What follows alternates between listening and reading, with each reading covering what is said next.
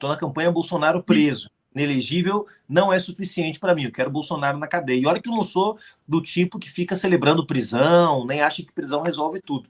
Mas neste caso, nós estamos lidando com uma figura que é um perigo à democracia brasileira. Esse Silvinei, o que esse cara fez no segundo turno da eleição, foi absolutamente criminoso, né? 1/3 dos bloqueios, das blitz que a Polícia Rodoviária Federal fez no Brasil foram nos estados em que a gente venceu no primeiro turno. Uma coisa descarada, descarada.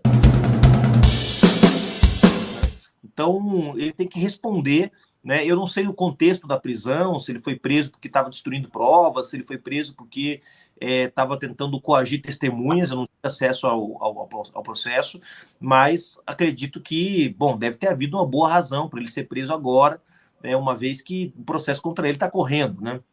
Então, acho que é mais um passo importante para revelar, ao mesmo tempo, a tentativa de fraude que nós vivemos no Brasil na eleição de 22. Eu falo fraude porque quando você usa 300 bilhões de recursos públicos para tentar comprar voto de eleitor através de empréstimo consignado, quando você muda a Constituição para poder despejar rios de dinheiro, né, nas suas bases eleitorais, diga-se de passagem, com o apoio do Arthur Lira também, quando você faz bloqueios, quando você intimida opositores, você está tentando fraudar o resultado da eleição, né?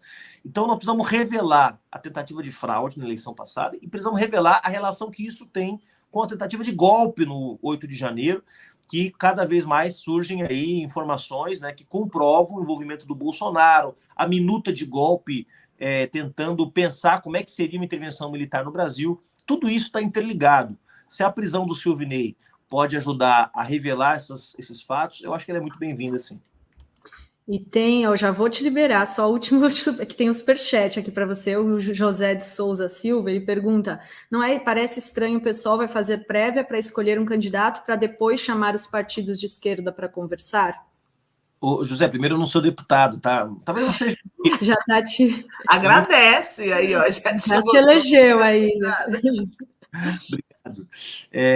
Não, o que o pessoal vai fazer primeiro, o pessoal vai lançar uma pré-candidatura, nós vamos tentar conversar. Se no processo de diálogo, porque veja, os demais partidos de esquerda, José, eles já têm um pré-candidato, tá? Que chama-se Eduardo Paes. Não é o nosso pré-candidato. Então, não dá para a gente sentar na mesa dizendo o seguinte, olha, vamos sentar aqui com os demais partidos de esquerda, pode ser que a gente apoie o Paes. Essa hipótese não está colocada. O pessoal não vai apoiar o Eduardo Paes. Então, não podemos ficar parados enquanto os outros partidos de esquerda estão com a sua vida resolvida e a gente fica parado esperando para ver, né, espera de um milagre, como diz aquele filme, né, esperando que a gente possa chegar num consenso. Não, nós vamos tocar a nossa vida, nós vamos definir nossa candidatura, né, resolver a nossa vida primeiro internamente, né, e no momento seguinte abrir um processo de conversa para ver se há espaço para uma unidade. Se não houver espaço, o pessoal vai ter candidatura. Então, acho que a ordem dos fatores aqui não altera o resultado. No fim das contas, o esforço de unidade ele vai ser o mesmo, caso a gente não tivesse candidatura também definida até agora. É isso aí. Sinara, deixa eu trazer aqui algumas repercussões. Primeiro, o óbvio aqui, o Flávio Bolsonaro diz que o Vasquez está sofrendo violência política. A Polícia Federal, chefiado pelo amigo íntimo de Lula, é usada para perseguição. Aquele discurso que a gente falou aqui, né, Sinara, de que é a perseguição, não é crime, né? É perseguição aí cometida.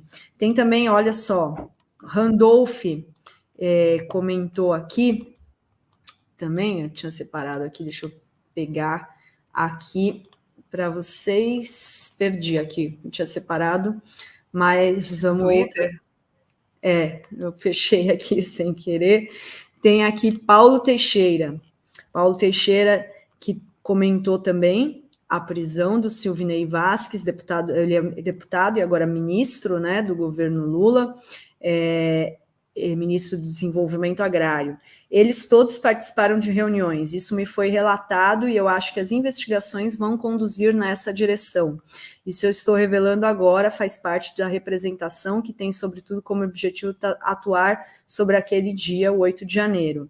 Ele disse ainda, minha expectativa é que Bolsonaro seja preso, porque o relato dessa pessoa que confirmou a informação que a Gleisi já tinha é que Bolsonaro participou dessa discussão. Ou seja, o que o Paulo Teixeira está dizendo? que o golpe foi tramado com a participação do Bolsonaro, então, nessa decisão aí de atuar no segundo turno. Isso é gravíssimo, né, Sinara?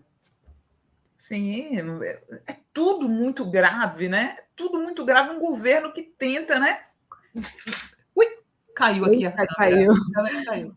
Vamos, enquanto a Sinara volta aí, eu vou trazer aqui o tweet que eu tinha falado do Randolph Rodrigues, que diz: Silvinei Vasquez está preso. O ex-diretor da polícia, apoiador do ex-presidente, usou a prerrogativa de gestor e agente público para interferir nas eleições. A Polícia Federal encontrou provas nos celulares de integrantes da Polícia Rodoviária Federal que direcionaram as barreiras montadas pela polícia na região Nordeste. De que adianta mentir nos depoimentos à CPMI do golpe?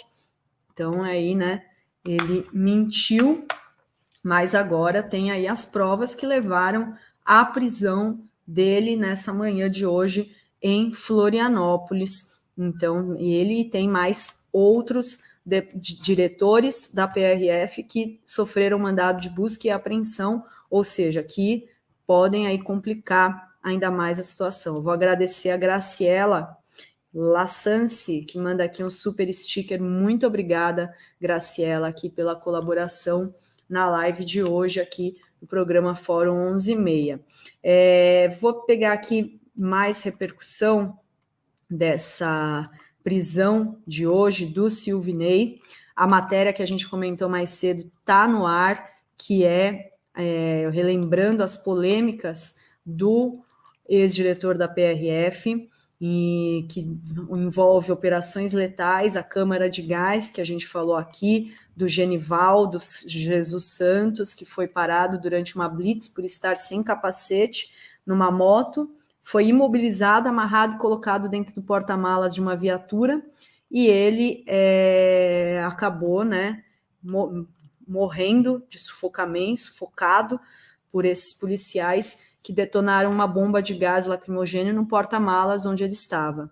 Então, essa ação, essa conduta dos agentes se deu sob a gestão do Silvinei Vasquez. Mais, né, uma ação aí na gestão do Silvinei, né, que a gente comentou mais cedo, né, Sinara, terrível esse caso do Genivaldo. Acho que a grande prova de que esse pessoal fez todo tipo de trapaça achando que ia ganhar a eleição é o fato deles não terem se dado ao trabalho nem de esconder os indícios de malfeitos, né, Edri? Eles não esconderam nada, não apagaram e-mail, deixaram lá na... Né? Só apagaram da lixeira, né? Tiraram da lixeira, fizeram todo. Eles não tomaram nenhum tipo de cuidado para esconder os malfeitos, porque eles achavam que, com toda a trapaça que eles fizeram, empréstimo consignado, né? Distribuíram Bolsa Família, que eles chamavam de auxílio, a qualquer um. Hoje, aliás, né? Foi anunciado aí que o governo teve que suspender quase 1 milhão de benefícios do Bolsa Família irregulares. Quem será, né? Porque teve gente aí rica, que durante a pandemia bolsonarista pediu auxílio emergencial, né, Dri? Pois é, várias denúncias, né? Eles tentaram de tudo. E essa blitz aí, essa operação, foi a última tentativa para tentar reverter a derrota do Bolsonaro. E olha só, ainda, né, essa reportagem aqui que faz esse, né, relembra todas as polêmicas, lembra de uma operação realizada pela Polícia Rodoviária Federal junto ao Batalhão de Operações Especiais, o BOP, na Vila Cruzeiro, no Rio de Janeiro, que deixou 25 pessoas mortas. E meses antes, na mesma região, cerca de 8 pessoas morreram durante uma operação da PRF junto à Polícia Militar. E assim, a PRF, ela nunca teve esse... Eu estava ouvindo até o Guilherme Amado falar hoje de manhã que a Polícia Rodoviária Federal era conhecida como a boazinha ele falou que era tipo Ruth e Raquel, entendeu? E aí o Polícia Rodoviária Federal, ela sempre, nunca foi essa ostensiva que ia lá, né, fazer operação, e no entanto, sob a gestão do Vasquez, no governo Bolsonaro, participou de uma operação, né, que é uma chacina, né, 25 pessoas mortas. Absurdo. Absurdo, né? Absurdo, né? E coisas que a gente não ouvia que a Polícia Rodoviária Federal estava metida antes do Bolsonaro entrar, né, Dri? Todo mundo chama a atenção que durante os governos Lula, Dilma, até mesmo durante o governo FHC, né, a Polícia Rodoviária, que tinha, durante os anos 70, uma péssima fama de pedir propina, né, ao invés de cobrar multa das pessoas nas estradas, recebia corrupção e tal. Toda essa imagem que foi sendo mudada ao longo do tempo, o bolsonarismo tratou de estragar, né? Tratou de estragar. Isso é ruim para os próprios policiais rodoviários federais. Essa mudança aí, olha o que esse Silvinei está vendo, como que a população está vendo a Polícia Rodoviária Federal depois desse Silvinei, Dri? Pois é. Não. E aí tem ainda outra polêmica que eu até falei mais cedo, sobre a recomendação dos servidores lerem a Bíblia, que era a distribuição de livros, tratando como assistência espiritual, absurdo, né? E a compra de blindados, que está sendo investigado pelo Ministério Público Federal. Foram comprados veículos blindados pela Polícia Rodoviária Federal sob a gestão do Silvinei Vasquez, e segundo o Ministério Público foram descobertas inconsistências na documentação da licitação e não havia justificativa para a necessidade de comprar os caveirões. Então, tem mais essa investigação criminal sob aí que o Silvinei vai ter que, né, enfrentar.